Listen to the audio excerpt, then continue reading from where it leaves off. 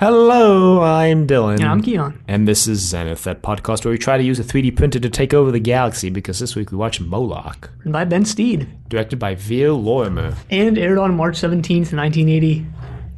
Yeah, so Moloch. Still in the interseason era for Doctor Who. Yep. Can't forget to mention that. Nope. Even when there's no Doctor Who airing, so mentioning it doesn't get us anything. Can forget to mention everything else that was airing. Like we always do, or like I always do, because I was the one who promised to initially look that stuff up. I think. Yes. I don't remember if I actually promised to do it. Well, you said you would. I don't know if you promised, but you said you would.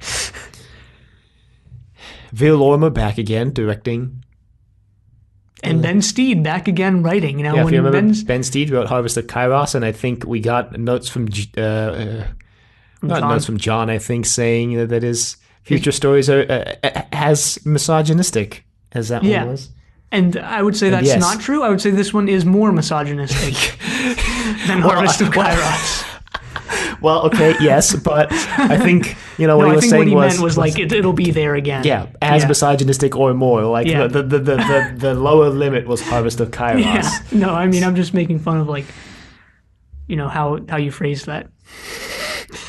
Well, so before we start, I heard the word Moloch, and I was like, man, where do I know that from? So I went and Googled it, and I pulled up the Wikipedia page, and apparently Moloch is the Canaanite god of child sacrifice. Well, usually associated with child sacrifice. He's not the god of child sacrifice, but he's the god that's usually associated with child sacrifice. Right, and if you know anything about Semitic languages, you know what the trilateral root is, which is related words will have these three sounds, I guess, that are the same in it. You can see that in words like Islam, Muslim, Salam, which means that SLM always has to do with peace. So you look at like Jerusalem, that's in there, right? Like the city of peace. So MLK is the one that refers to kingly stuff. So the word or name Malik, right, means king, and Moloch is related to that in some way.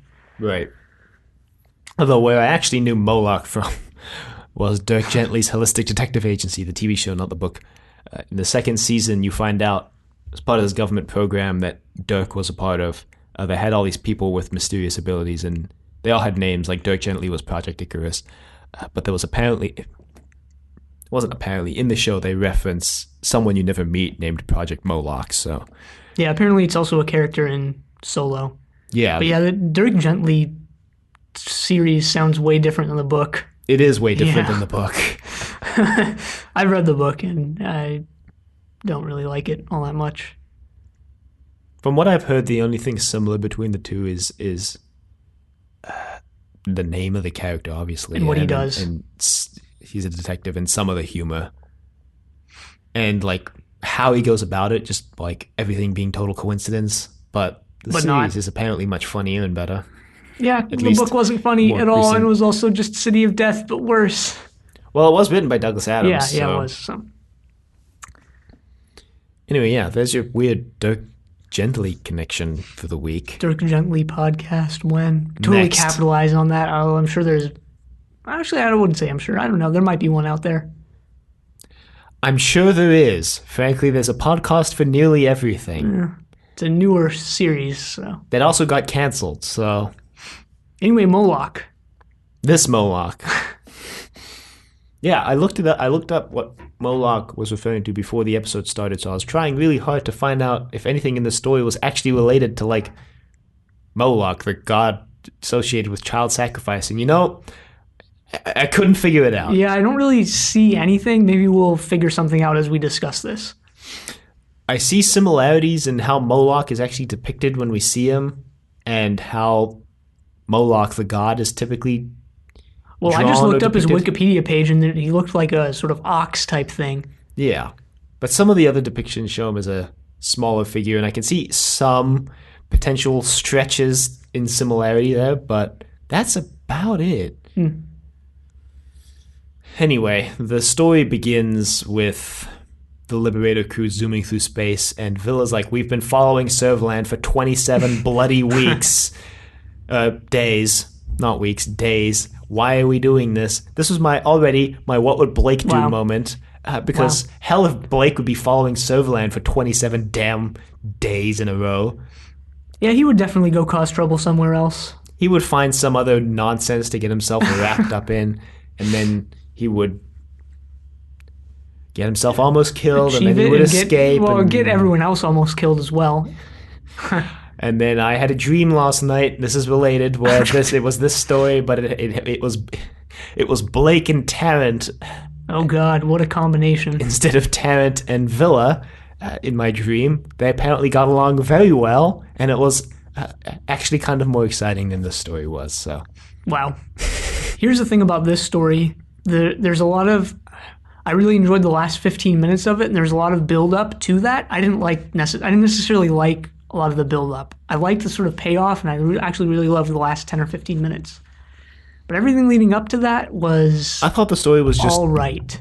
Good, just good, just better than okay, but not great. Well, this is actually a weird thing for Blake 7 to do because there have been some episodes.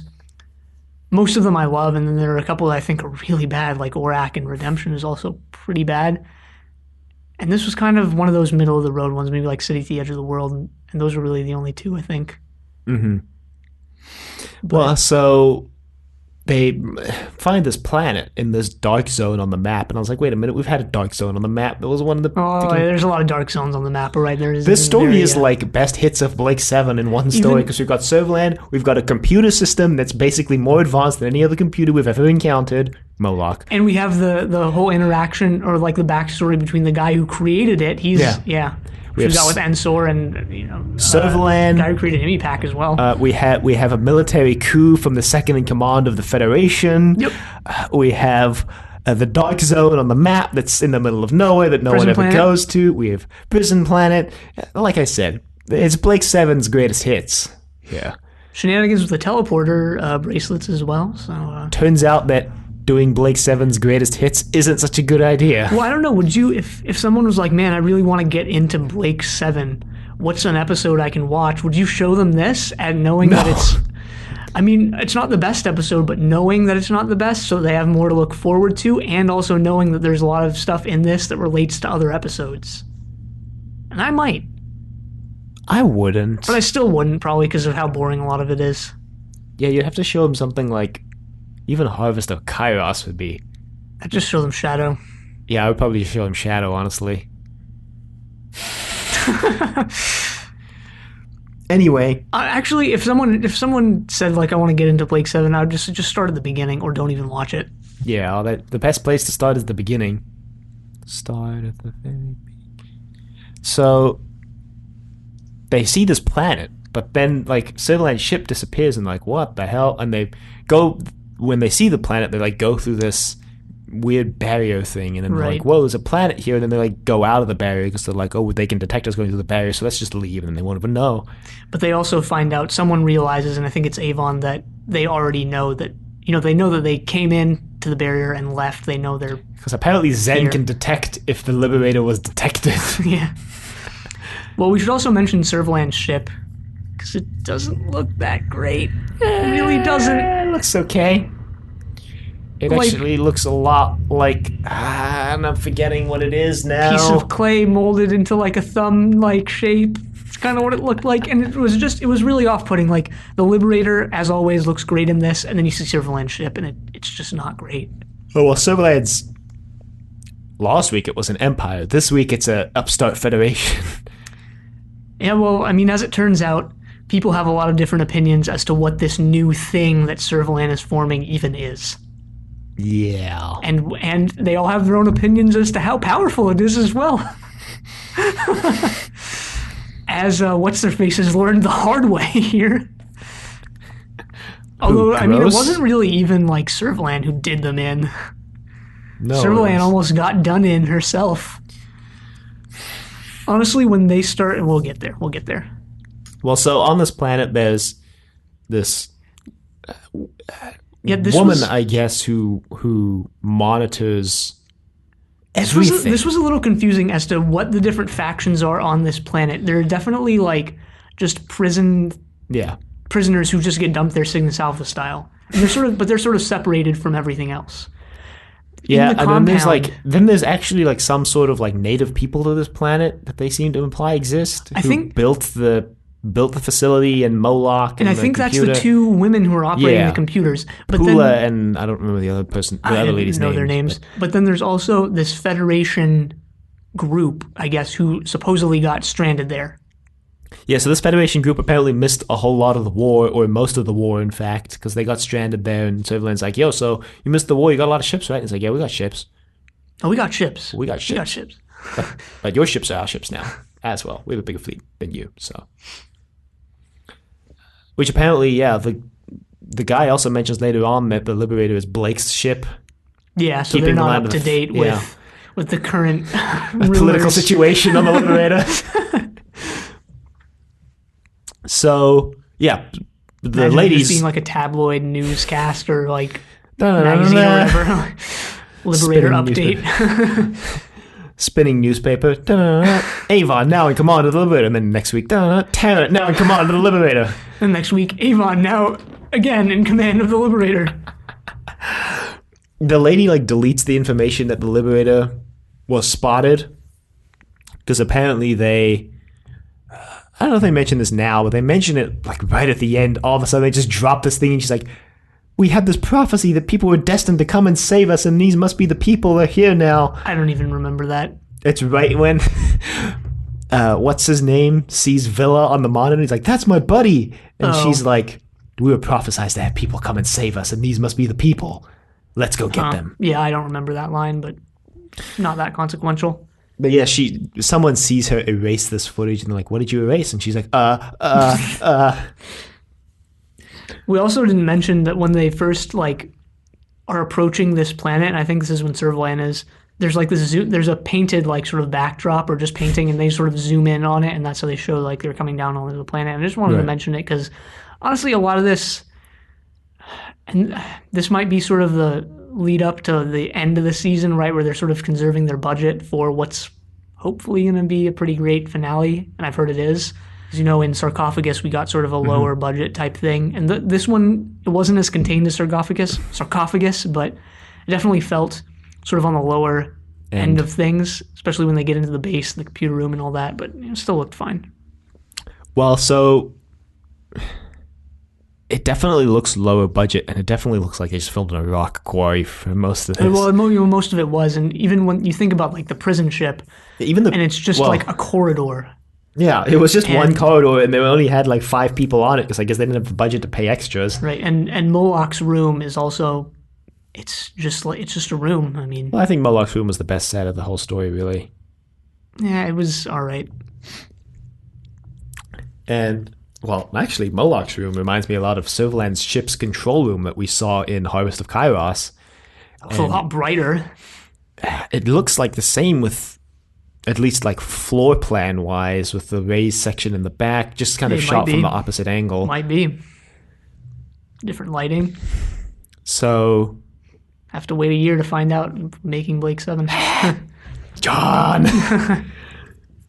So basically they come up with this plan to get down to the planet because they can't teleport through the freaking barrier apparently because they'll get detected because it's on the same frequency, even though later on they decide they can just do like an omega burst and some techno-babble Terry Nation nonsense. Don't they say that like they're going to get vaporized if they try and teleport down or something like that? Honestly, I don't know. but they can teleport onto this transport ship that's going in, and they can... And this is a prison ship. Yeah. Is it a prison ship? I thought it was a Federation ship that like is bringing troops, because the guy on the gross says to Servalan like, "Oh, we've got troops coming on a ship. It's on a D-114 transport." They're definitely prisoners, so maybe they're just like using prisoners as troops to fill out the ranks or whatever. Because they're definitely from like a prison, right? The guy is talking to Villa about like when I was imprisoned and stuff. I haven't seen the sun in 14 years, and I haven't seen a woman in 14 years. Yeah, well, so they're supposed to beam Villa and Tarrant into this apparently completely unoccupied space on the ship that's only like divided off from everything from like a completely inconsequential partition. This is like wasted space, which is bizarre on a spaceship because when you're building a spaceship, you think you want to use every single inch of usable space here. It's a wasted spaceship. Anyway, they accidentally teleport Villa on the wrong side of the wall. So he's trying to open the wall up for Tarrant, but then he gets cornered by, I want to look up this guy's name since he's actually like vaguely important to the story. Doran. Drax, Blake Seven's version of Drax from the Armageddon Factor. His name is Doran. Doran, right? And basically, he sees Villain. He's like, "Hey, what's up, my friend? What are you doing here?" Villa turns around. He's like, I was just, and he's like, "Don't worry about it. Even if you're a stowaway, it's not like I'd ever rat you out or anything." Yeah, we're all prisoners here, so. He's like, come have a drink with me, because they're having like a party. They're like, woo, we're gonna get to the planet now. She's like, come on, Villa, let's go have a drink. And then Villa like passes something through a hole that he made to Tarrant, and Tarrant's like, thanks, Villa. And then Villa goes into the main room, and then they land on the planet. Well, he becomes friends with Doran.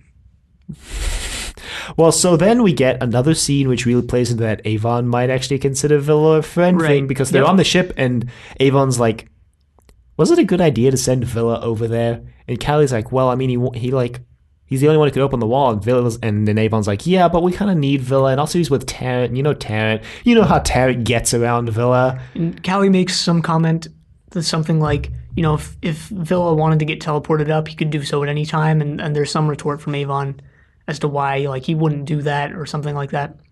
But yeah, this is my what would Blake do moment, because I don't think Blake would care about Villa as much as Avon does. Well, I mean, he might care about Villa's skill set, and maybe Avon does as well. We don't know to what extent Avon cares. We don't know about what Avon. Villa. You never guess what Cur Avon is thinking, right? He's a mystery wrapped in an enigma. He is. But I think Blake was too, to an extent. Like, I think Blake. I don't know. I mean, who wears their heart more on their sleeve, Avon or Blake? Blake. I don't for know. Sure. Well, you think about these moments you get with Avon, right? Like Anna's death, and maybe this moment to an extent. And you always wonder with Avon, like, is this sincere or is he just pretending? Yeah, but with Blake, you never wondered if it was sincere or not.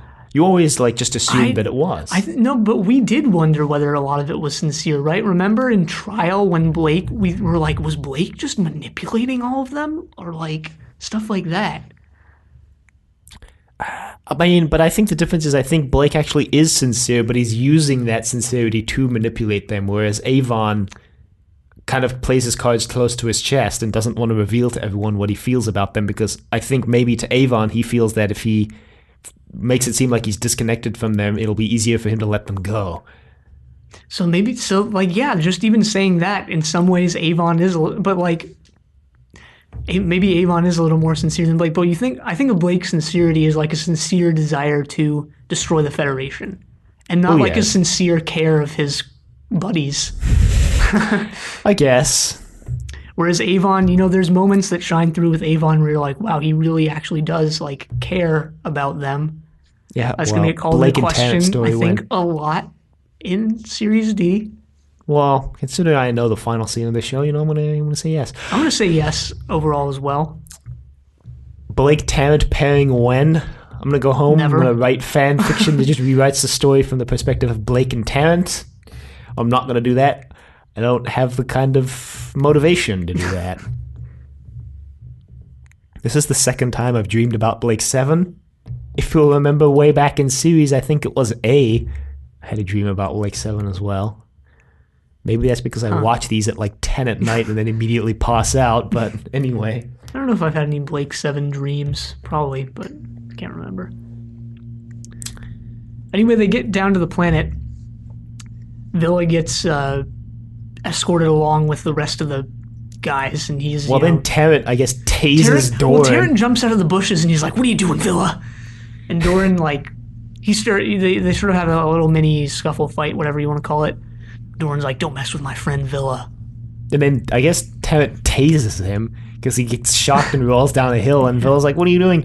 And Tarrant takes him with him. He's like, "You're gonna help me, or I'm gonna shoot you." And Villa's like, "Oh well, is it even really a choice then? Does it even really matter then?" Well, we got a little of Doran's backstory before this. I don't think we ever get his actual crime, although he's probably a murderer and a rapist of women. To quote Alien 3. Which would make sense because this was written by Ben Steed. Well, there's that line, he's like, I've never been a sentimental man, Villa. Never been a sentimental man. But when they told me I'd never see the sun again, that's not how the line went. He was like... I don't remember the line you're talking about, like, so I can't save you on this one. No, he said that when I was brought into like this prison or whatever, they told me I'd never see the sun again. And I haven't seen the sun in 14 years. And Villa's like, well, now you're seeing it. And it's not Earth's sun, I guess, or the sun he's referring to, but he's seeing sunlight, so that's good. And he's like, I've never seen a woman in 14 years. It's all about the woman to Doran. Yeah, I guess. Well, there's a scene at the end where he confronts what's-her-face. Pula? But even Servalan? Yeah, Servalan as well. They actually capture Servalan. But we're about to get there. Yeah, and like you mentioned, there's that sort of Terrent holding Villa at gunpoint moment. Terrent is getting more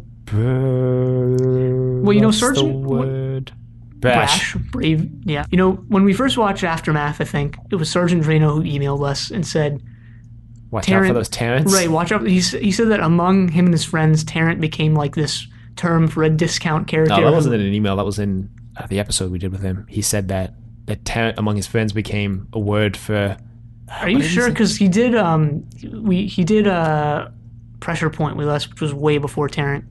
I think it was in an email, but regardless, he said that Terrent became this word of like a character who replaces a much better character. Like, right, that was an email. I'm starting to see that. A second-rate version of a much better character. Yeah. Yeah.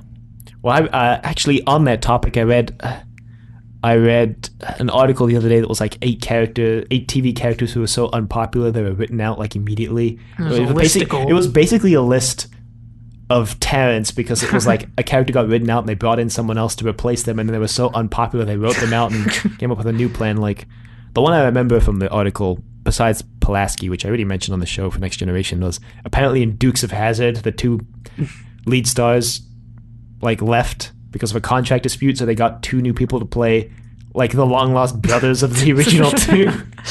And they were apparently so bad they wrote them out like in less than a season and negotiated new contracts with the original actors. So I'll see if I can find the article again so we can put it in the show notes actually. Yeah. So there's also stuff going on with Servalan on this planet, as you would expect, since she came to the planet, and that's why they're all there. So she's talking with Section Leader Gross. Right, and they're having this very extravagant dinner. And Gross has a second in command. I don't remember what his name was, though. But Gross sort of gives his backstory as to why he and the rest of the Federation troops are there, which we sort of explained before. The Federation, they got stranded there or something during the war, and they've been sort of separated. And now Servalan is back, and I forget exactly why she's back. She wants their ships. Wants their ships. Yeah, I guess she's just rounding up all, whatever she can, right? But Gross also has his own plans up his sleeves. So yeah, Gross... May as well just explain this now, since it occurs roughly now, reveals that he's created an exact copy of Servalan's ship using the computer on the planet, which can apparently create... matter. Which can create exact copies. Things. It creates an exact copy of whatever you feed into it. Whatever information you feed into it. Because that comes into play a little bit later, because Servalan's not impressed by the whole operation here, and Gross takes her into he's like, I'll show you something that'll impress you, and he shows her this computer. Which called Moloch. Called Moloch, which is how it works is that you put an item in a little chamber, and I guess it has to be a small item if you don't have the information for it. But what it does is you put something in, and it feeds out this card with the information, with all the information about whatever you put in, which is why also you use this card to recreate whatever that thing is, which is also why if you have all the data on something, you can just create a card for it and put it, so you don't always have to put it in this little box thing. Yeah, but my question was, how does it create like a copy of Servalan's ship when it really seems like it can only output things into a box of approximately the same size as the input box? Well, I mean, we don't know if this is if they use this, because he says there's dozens or hundreds of them, so maybe there are ones that are bigger or whatever. So that was my question too, is all right, how did you get the ship, or just in general, how do you get things that are bigger than this tiny little box? But then they're like, all right, you can put the information on a card, probably manually or whatever, and that's just how it works. So they give also the backstory at some point. I don't think it's now, but we can explain it now as to how this was created. It was created by a guy named Astrid, who they keep name dropping, And Right. eventually we find out that Astrid is sort of a vegetable. Oh, the Astrid prop was the worst. Well, when here's the thing about that. Later on, you get Avon standing next to it, and you realize how freaking huge this just rubber thing is. But it really looks like they just CSO'd that into that door, because there is, Really? in this I didn't shot, see that. at first I didn't think this, but in this shot, the reason why I think that and why I'm actually sure that's what happened is Avon reaches out to try and touch it, and his hand vanishes, or like you can see the CSO artifacts around his hand when he reaches out to touch it. Maybe I didn't So- notice that. I didn't even think that that was the case at all. But maybe, yeah. But like, yeah, that would actually be a good point because if it is just him standing next to this sort of dummy, I don't know if you noticed it, but I know Paul Darrow is, I think, fairly tall, 6 Yeah. something or the other, and he's standing next to this thing, and it's huge. It's like it's dwarfing him. It has like at least a foot on him, I'd say. They got a basketball player to play the dummy. But anyway, Gross reveals this coup that he's planning on staging against Servalan. He's like, yeah, we already have a lot more ships than you do, and we're going to use those ships to take over the galaxy. Well, then Servalan's like, but how are you going to pilot them? Like, you can't copy pilots, can you? And they, like, copy a mouse, and the mouse just comes out dead. Because he's like, well, see, he copied it perfectly, but it's not alive. Like, you can't copy the life. Right. But Gross reveals that they have a space captain who they're going to basically take all his piloting knowledge, because, like Keon said, the machine copies information.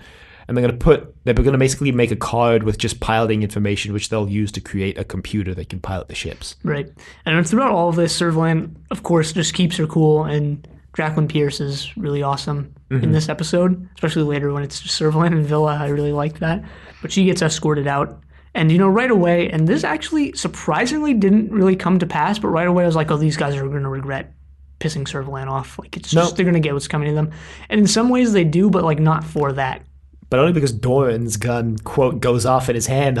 Well, I mean, really, it's because the Liberator crew is there that they get their desserts, but... Tarrant, well, we should mention also that Tarrant gets captured. He's like, guys, teleport me up. Teleport now. Teleport. And they just blast it in the face. I think Avon inside is like... Yeah. I mean, hey, I outside was like... Well, yeah, because Callie's like, it's going to take a few minutes for the Omicron beam or whatever to, like, be implemented. And Avon's like, yeah, take your time. And then Tarrant finally comes through, because apparently Tarrant's first transmission got garbled by the barrier, because they needed to move from, like, a medium wave frequency to a low wave frequency, and Villa knew how to change the frequency, but Tarrant didn't necessarily know. So when he finally figured it out, Avon was like, well, I guess Tarrant figured out how to change the signal finally. Right, so cutting back to Villa and Doran, I guess, they have their Federation uniforms on. Yeah, they give Villa a Federation And uniform. He's like, we're going to make you a space captain. He's like, yes! This is about, I'd say, almost 30 minutes into the episode, and this is where I really started liking the episode.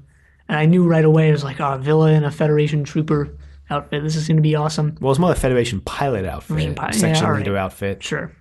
Yeah, it is. Because it has the logo and stuff. So Doran is like, hey, Villa, guess what? And Villa's like, what? And he's like, come with me. And they go over to a sort of enclosed area, and Servalan is there. Yeah, well, so Doran's like, I told you I'd get you a woman. Here's a woman. I'm like, what woman could they possibly have found on this planet that seems to be occupied by entirely men except for Pula? And it's Servalan. And you just see Villa's eyes go wide, and then it cuts to Servalan, and you're like, oh. That was a good moment, really. I liked all the interaction between Villa and Servalan. Yeah, they throw Villa in, and Doran walks away, and then Servalan's like, well, what are you going to do, Villa? He's like, hey, don't talk to me. And she's like, if you free me, I can help you. And you can find Tarrant. And then Villa's like, last time I saw Tarrant, I was looking down the barrel of his gun, so... And Servalan's like, so why am I still tied up then? And we get this scene of them, like, escaping, and there's a lot of banter that I thought was really good between Servalan and Villa Servalan here. and Villa spin-off win. The best buddy cop drama ever produced. And then, and they come across this guy. It's one of the prisoner criminal dudes. Is it, or is it one of Gross's guys? I don't remember who it is. The prisoner criminal dudes are Gross's guys. Well, yeah, they're going to be. they come across this guy, and I forget what. Well, Villa's holding the gun, and Servalan's like, all right, Villa, I know you're not going to have the guts to go up and shoot this guy, so give me the gun. And Villa's like, no, I'll do it. And you just see this disgusted look on Servalan's face, and she rolls her eyes, and that was awesome.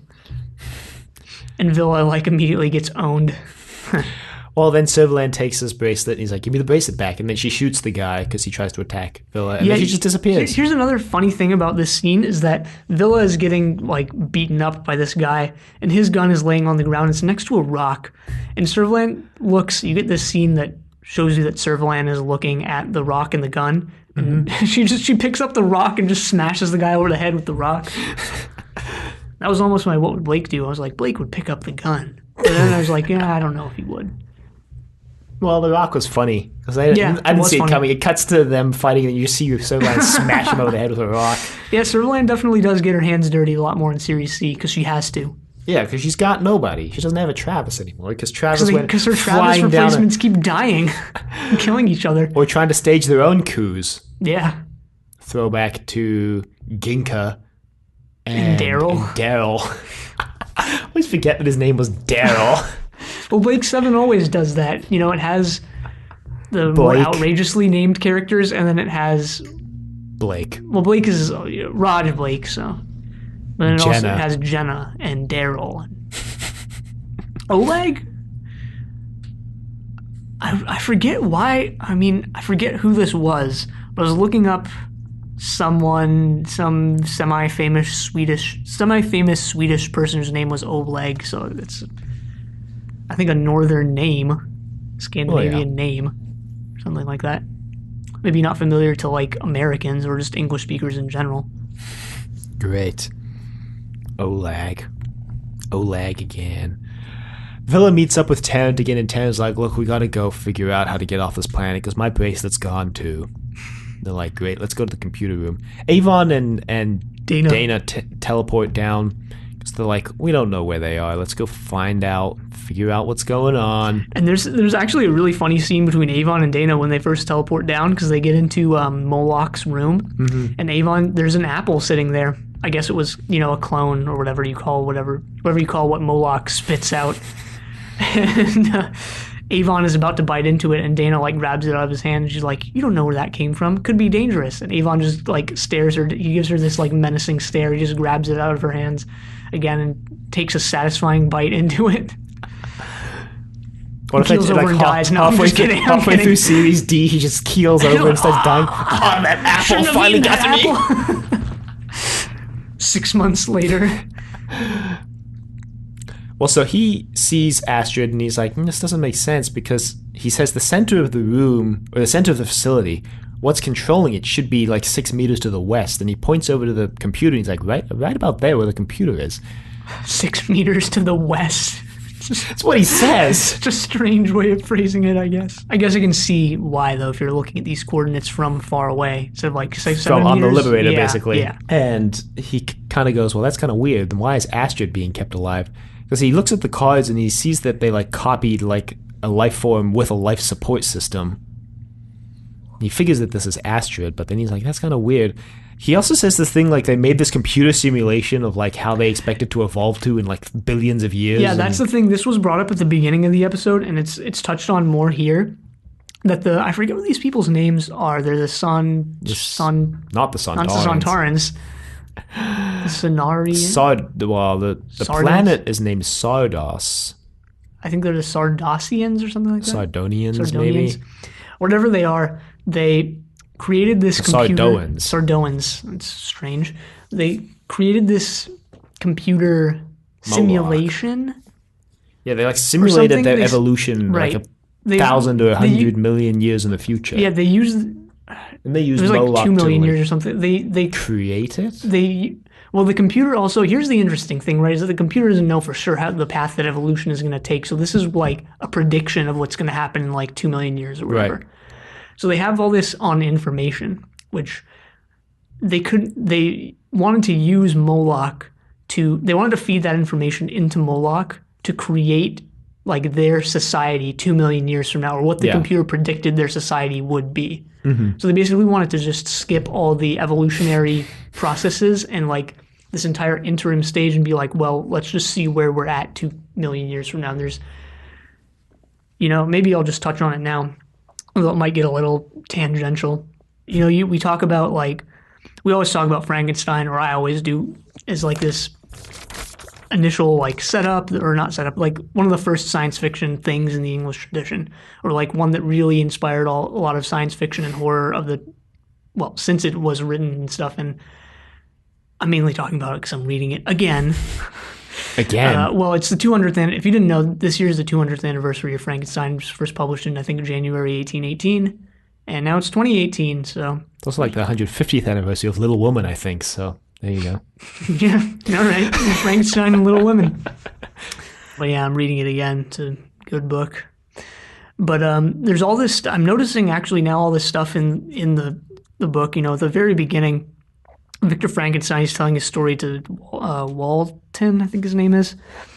And he condemns almost like what the Sardoans are actually trying to do. Victor Frankenstein points to his obsession with creating the creature and how he couldn't just turn back from what he knew, because the setup of the book is and they never explain what this is for the best. It's for the best that he figures out how to create life, and he becomes so obsessed with that idea that he creates the creature, right? And he says, if people didn't have that obsession, history would have played out differently. And one of the things he says is the Americas, and these are his words and the words Mary Shelley wrote for him. The Americas would have been discovered more gradually, and he paints that as a good thing, right? Things happen too fast. And that has been this foundational thing, I think, for a lot of science fiction for 200 years, basically, is the danger of things happening too fast. And that's something also that real world science is related to, because you think of, people often think of science as breakthroughs and new things, when really I think, and you're in the sciences, I guess, so you probably know more about this, but there's more building up than people think. There's more looking back than people think, and there's more building on what people have done in the past than is really publicized. It's not all just well, we found a new thing. It's well, that new thing was theorized. When they found the Higgs boson, it was oh, we found a Higgs boson. The thing about the Higgs boson is well, it was theorized 50 years ago, and it was theorized because someone looked at Einstein's equations with, we need something that does this. And then, Einstein's equations, they only exist because Einstein looked at galaxy motions, well, this doesn't make sense. We need to do this, and so on and back. Right. Back, the Higgs boson isn't just, we found the Higgs boson. It's this long chain of events leading all the way back, 100, 200 years. But in regards to things moving quicker, it's the concept of the singularity. I don't know if you know what the singularity is, but the singularity is this concept that at some point all technology will become so advanced that it will replace humans, basically. Because, there used to be this it was called a law, but it wasn't really a law, because it was it was an unwritten thing that the processor speed of a computer doubles approximately every 5 years. We invent a new process about twice as quick as the old one. It's a trend. Approximately every 5 years. Of course, that's an exponential trend, so they get quicker and quicker. So the idea is that as we build these more advanced things, we're going to approach the singularity quicker and quicker. And, that doubling is actually increased in speed now. It's down to I think 4, maybe even 3 years. But everything seems to be happening quicker. And that's, a lot of people are actually afraid that we're approaching the singularity soon, that we're going to approach this moment where technology is so advanced that we don't need humans anymore.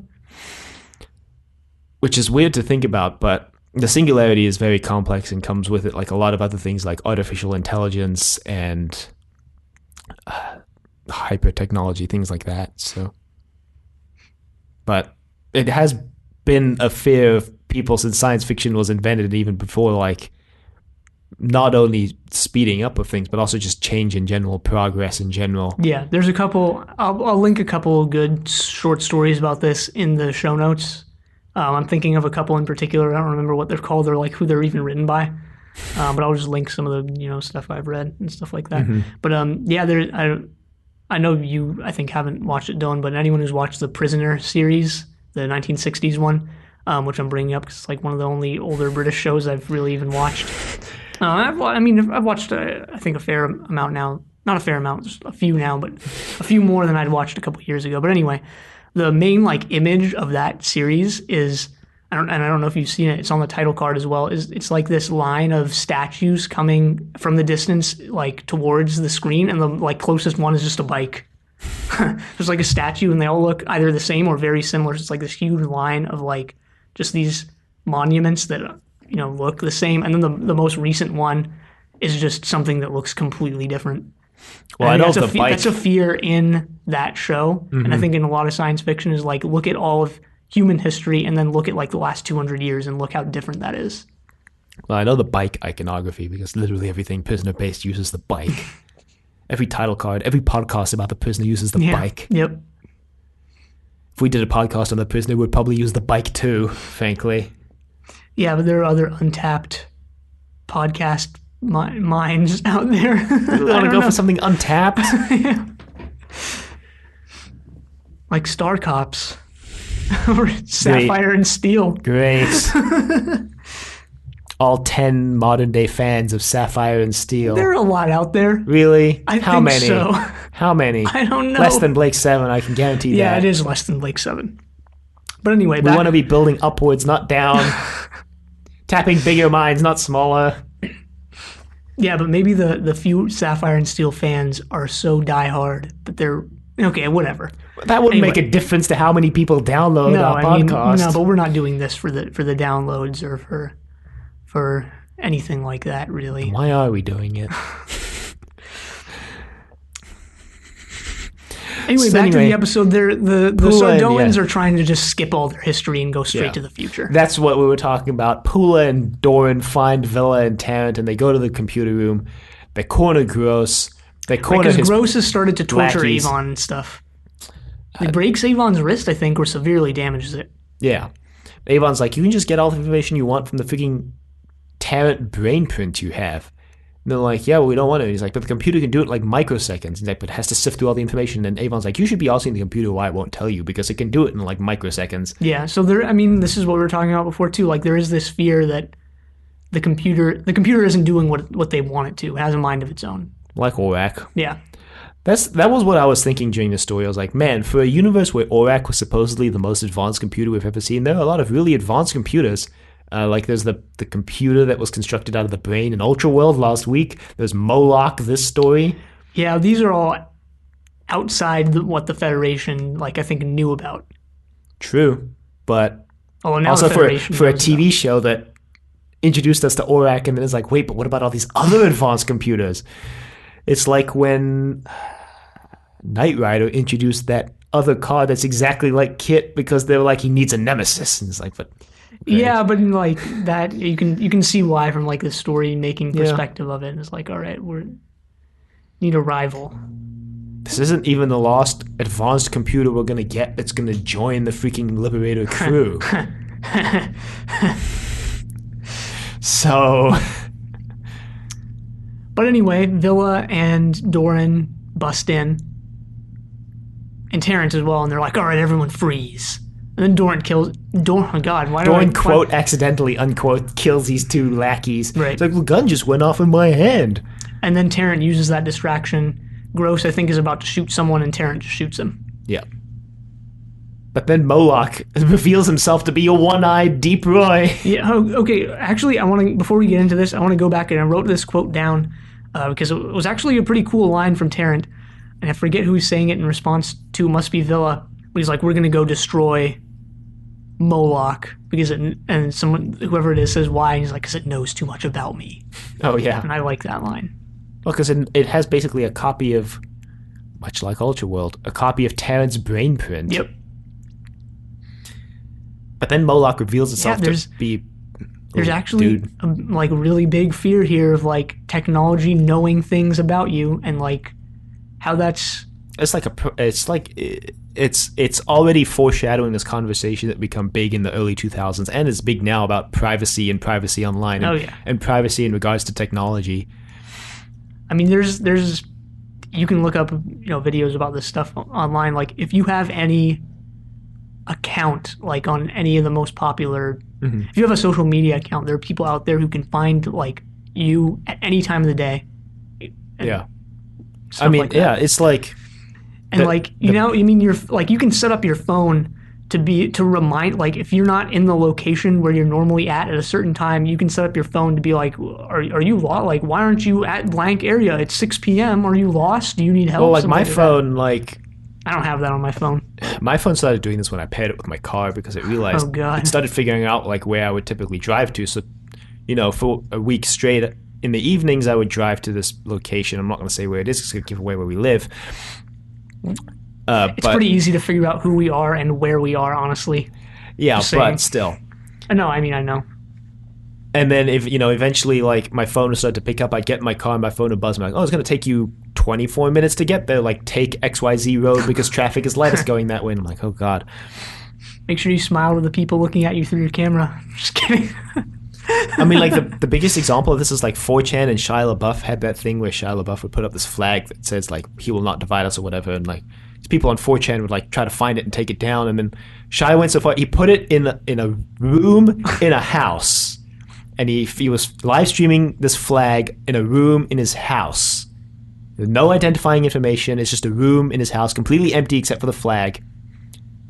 And these people, like, they mapped out, like, the moon and the sun's cycle. Yeah. They figured out where it was. They tracked the sounds of jets flying overhead to figure out, like, time. They found the time zone by mapping the day-night cycle, and then using the jets flying over the head, they basically pinpointed exactly what house the flag was in. Yeah, I mean, there's that famous, you bring up 4chan, there's that famous story, and I'm giving this anecdote because it's one of the, like, it's like a very positive one, I think, of, like, there's this, I think it was 4chan thread, like, I don't know, maybe 10 or more years ago, of, like, this guy torturing a cat, and he posted, like, 2 or 3 pictures of him torturing a cat, and, like, just from those pictures, people, like, found out where he was and who he was and, like, had him arrested and stuff. Well, that's the thing. Every time you take a picture, by the way, on your phone, if you didn't know this, it actually encodes the location where you took the picture into the image. It's called metadata. Yeah. So if you ever upload that picture to the internet, the metadata of the image tells someone exactly where you took it. Some sites strip the metadata when you upload the image. Imgur strips metadata from images when you upload them. I think that's a pretty commonly known thing. I think people know. I think it's a pretty common practice now that most sites also strip the metadata when you upload the image just for those privacy purposes. But anyway, there are upsides and downsides to, I guess, giving away your privacy like this. And just technology advancing in general. I played a video game based around this recently called Orwell, where you basically play as this guy who can read people's social media accounts, and you upload this information to this computer system called Orwell, and you're basically trying to find these terrorists. But the whole point of the game is, like, once you can like access, you can start accessing like their private communications, and like you can listen to their phone calls, and you can upload all this information. And then I'm not going to tell you how it ends, but at the end of the game, you're given this choice of like what to do with all this information. Like the whole point of the game is to like make you question whether or not having all this information actually helped or not. Yeah, that sounds semi-interesting, like in concept, but maybe boring in practice. It's a pretty short game. You can get through it in 2, maybe 3 hours. It took me 3 hours, I think. Yeah. All right. I mean, I'm not going to play it, so. I think it's $10, I think. The subtitle of the game is Ignorance is Strength. Well, my favorite saying is ignorance is bliss, but hey. Anyway. Yeah, so Deep Roy is back in Blake 7. Back in Gambit. Yeah, Gambit. I said, man, I really hope Deep Roy is on Blake 7 again, but I don't think he will be. This is actually his third time. Oh, right, because he was a Decima as well. He was a Decima. Yeah, but so he's back. He plays Moloch, or the guy inside Moloch. Yeah. The man behind the curtain, so to speak. Yeah. The Wizard of Oz thing. And he's just like, ha ha ha, I'm going to teleport to the Liberator and take it over. And he teleports up, and Avon's just like, ha, that idiot. You're like, what? And then they beam up, and he's like, yep, couldn't survive without a life support system that didn't teleport with him, because there's just this dead Moloch on the ground, and they're all just kind of standing around it, looking at it, and they're like, wow. So the life support system that they mentioned earlier wasn't necessarily, was for Astrid, but I guess also for Moloch. Right. Because he couldn't leave this sort of computer.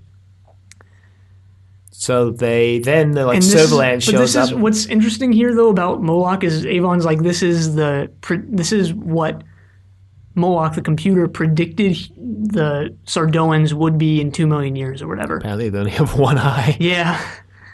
And I don't know. There's also something scary about that too. I think, right? Like they're just going to be these little mini things that don't even really look human and Well, it can't looks a little bit like Yoda. guess and can't leave their life support systems. But I guess like the teleporter bracelet couldn't Teleport to teleport the system. life support system. So like I was thinking, man, like what if the teleport bracelets couldn't teleport like your clothes when you wore them or something like that? Yeah, what Like, if it they just beamed down the teleported. first time and they were just completely naked? Yeah. They're like, we need to start considering the pros and cons of this teleporter system. Well, so then Serverland shows up and they're like, should we fight? And Avon's like, no, we're going to run away. And then Yeah, it because ends. Servalan contacts them and like taunts them or something like that. Avon turns off the message halfway through and it's just like, Yeah. oh, I'm just going to leave. We're out of here. And yeah, I like Pula and Doran die. We forgot Yeah, about this. yeah, they do. In like the most unceremonious way possible. They walk out of the room and there's just a bright light and they just go, ah, yeah, I guess and they get fall over and get die. killed by Moloch. I guess it doesn't want them to leave the room. So I was kind of like, wow, that's a bit extreme. Yeah, it is. And This that's episode, I Moloch. think. Yeah, I mean, I like there's a lot of like interesting stuff I think going on in the last 10 or 15 minutes of this. We get like stuff that really makes you think, right? Like they have this information about themselves or what they predict themselves to be 2 million years from now, and they're going to like use that to bypass all the time that it would take. Right. And that's all really interesting. And they created this computer that can just create stuff. And we didn't mention it takes material like I think Gross said it mostly uses rocks, and it takes other material from the planet and spits it back out as something else. And I think all that's really interesting, but not really explored until like the last part of the story. Mm-hmm. And the build up to it, like Doran wasn't doing anything for me. The other Gross wasn't doing anything for me. They were good enough, I guess, but that's just it. Good enough. Yeah. They serve their purpose. I mean, the story asks a lot of questions about computers and what do we tell computers and what can we use them for. And Blake Seven has done that before. It's nothing new for the show. Right. But other than that, I don't know. I just thought it was aight. Yeah. Like I said, good, not great. Better than okay. I mean, I enjoyed elements of it, not the story as a whole. Anyway, Same here. I think that's really all I had for it. we have another half email from RG. If you'll remember, she emailed us about both Ultra World and Moloch in the same email. Last week, we responded to the Ultra World part. This week, we're going to respond to the part about Moloch.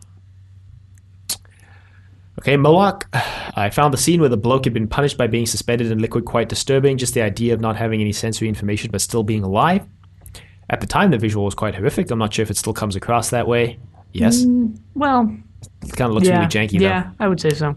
Villa once again is separated from the rest of the Liberator crew and ends up providing an interesting part of the story. Didn't you just love watching Servalan being thrown to the men as their toy? Of course she was having none of it. And all of the suspense and horror gets completely undermined when we see Moloch, who is the most underwhelming baddie I think they've ever had on the show. He looks ridiculous and he sounds even worse. Like I could barely understand what he was saying. Deep Roy, the actor who played him, also played the Clute in Gambit, speed chess champion. He's one of the only two actors to appear in Star Trek, Doctor Who, and Star Wars. The other one is Simon Pegg. He also played all the Oompa Loompas in the 2005 version of Charlie and the Chocolate Factory.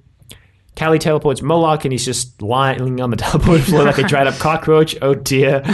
Avon makes 2 million teleport bracelets of the crew on Blake Yeah, we 7 forgot to keep mention stealing that. them. That was really cool. Avon's like, how many of these do you think we'll need? Scene for the investors. Like, 2 million should be enough. These 2 episodes were what made me want to keep watching the series. I found them so creepy, and I had to find out what else the show would get up to. And that's the email. Yeah. Yep, I agree I with would definitely all that. like we just got finished saying how weak this episode was in a way, but like I can definitely see if you watched what was last week Ultra World and this, like I can definitely see like all right, I have to find out what this show is all about and stuff like that. Yeah, I agree. I can see it. I can understand that. I don't know if I would show people these 2 episodes to start them on the show, but I can see how that would kind of get you into the show. We do also have one very short, one-line email from Maurice to respond to. The subject line is Millennium Tower. By the way, I seem to recall Keon once made a joke about the Millennium Tower. Am I remembering right? And does this mean one or both of you are in the San Francisco area? I'm going to cut out the next sentence because it's probably not something we want to reveal on air. Signed, Maurice. No. No, we're not. The joke about the Millennium Tower is actually a reference to something that we brought up on Trust Your Doctor. There seems to be a lot of things named Millennium something. That are made of like aluminum. Yeah, that are made of like aluminum. Or are very like shiny yeah. and silvery. And there's actually, I looked this up, there's like this movement or like this thing like around 2000. There's like this official color of like the year, it was like Millennium Silver or something like that. I don't know. I don't really Which know is, about it. we theorize why a lot of these buildings named Millennium or Silver or Reflective, but we're not in the San Francisco area. No email from Sergeant Trainer this week, unfortunately. So if you would like to email us, you can email us at drdecorativefestival.com. Questions, comments, concerns, angry rants, love letters, your thoughts on Moloch, the fourth, potentially fifth hyper-advanced computer we've seen on this show. If you would like to find us on YouTube, you can find us at Decorative Vegetable. You can find us on Apple Podcasts and Google Play at Zenith, a Blake's 7 podcast. Be sure to leave a rating if you like the show. Check us out on Facebook, Trust Your Doctor. Like us on Facebook. Also check us out on Twitter at TYD Podcast and follow us on Twitter. And next time we're watching Death Watch. But until then, the end.